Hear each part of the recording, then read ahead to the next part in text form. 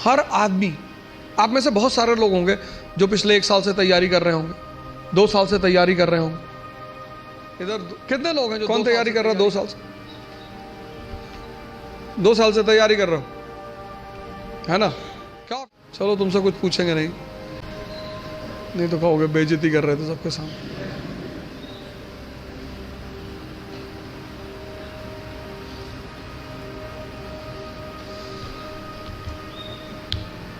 बस 3-4 लोग 2 साल से तैयारी कर, ये सब 4-5 साल से तैयारी कर रहे हैं, बता नहीं रहे।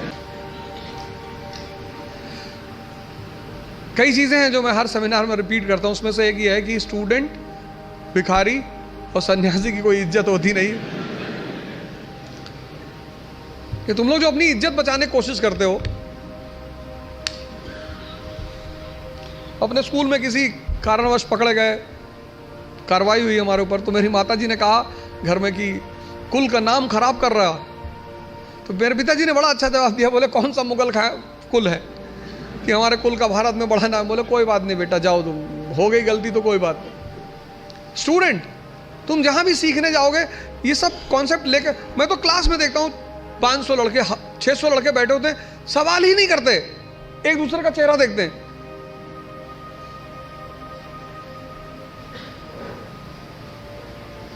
जब तुमको तुम्हारी एजुकेशन इतनी हिम्मत नहीं दे पाई कि तुम भीड़ में खड़े होकर प्रश्न कर सको, तो वो एजुकेशन तुम्हारी जिंदगी को कैसे बदल सकती है?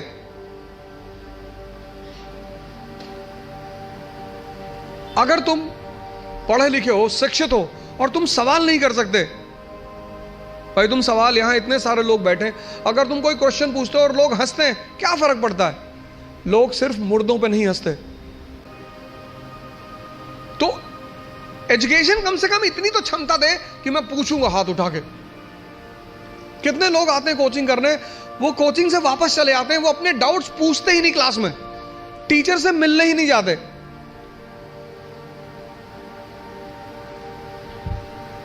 और दुनिया में राइज करने का सबसे अच्छा साधन है बेइज्जती।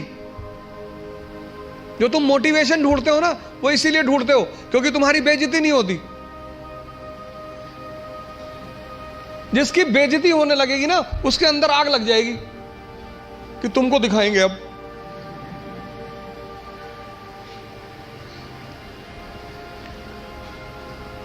और तुम उसी चीज से डरते हो।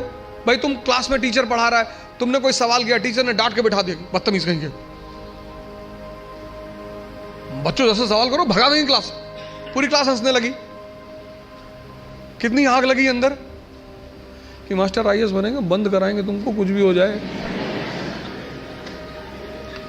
तभी तो पढ़ोगे, आग है ही नहीं अंदर।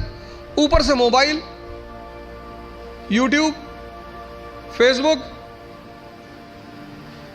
ट्विटर,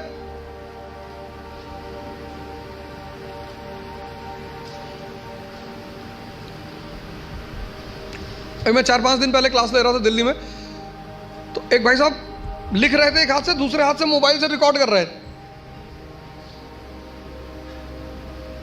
मैंने कहा यूट्यूबर हो? पकड़ लिया, वो कोने में उन्होंने रखा तो पकड़ में आ गया। मैंने कहा वैसे ही यार इतने लोग पीछे पड़े हैं, क्या बना रहे हो? नहीं नहीं सर ऐसे ही, पढ़ लो यार। अब इस क्लास में बहुत सारे लोगों का PSIR ऑप्शनल होगा। कितने लोगों का है?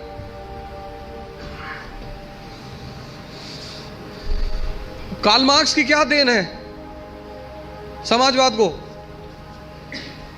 कौन बताएगा? क्यों कार्ल मार्क्स अमर है सोशलिज्म के हिस्ट्री में?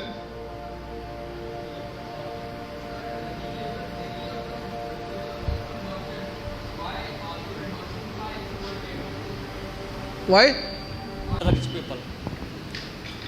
Why he is called as the god of socialism? इनको तो भाई पीछे कुछ फार्मूला तो दिया होगा ना उसने। ऊपर माइक है।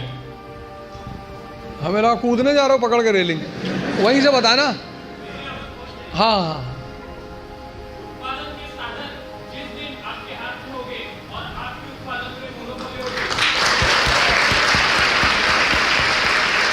ये है, उसने एक बड़ा अच्छा फॉर्मूला दिया।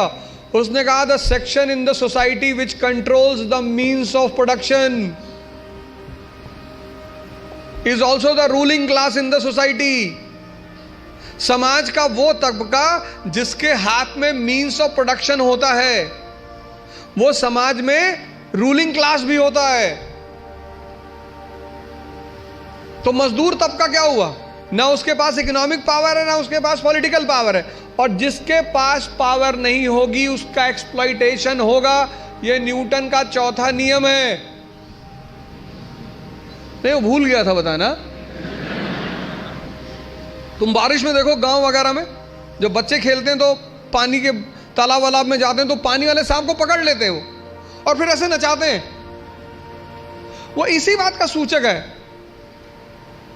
किसी को कोबरा पकड़ के नचाते हुए देखे हो? जिसके पास पावर नहीं होगी वो एक्सप्लॉइट होगा।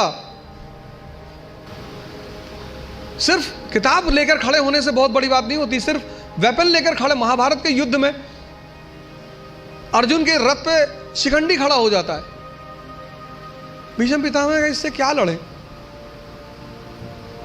हथियार उसके भी हाथ में है, लेकिन वो मानते नहीं उसको।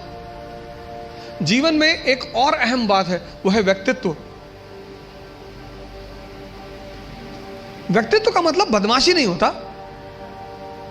कॉलर खड़ा कर लिया, 3 बटन खोल ली, चाबी नचाते हुए जा रहे, ये सब नहीं होता।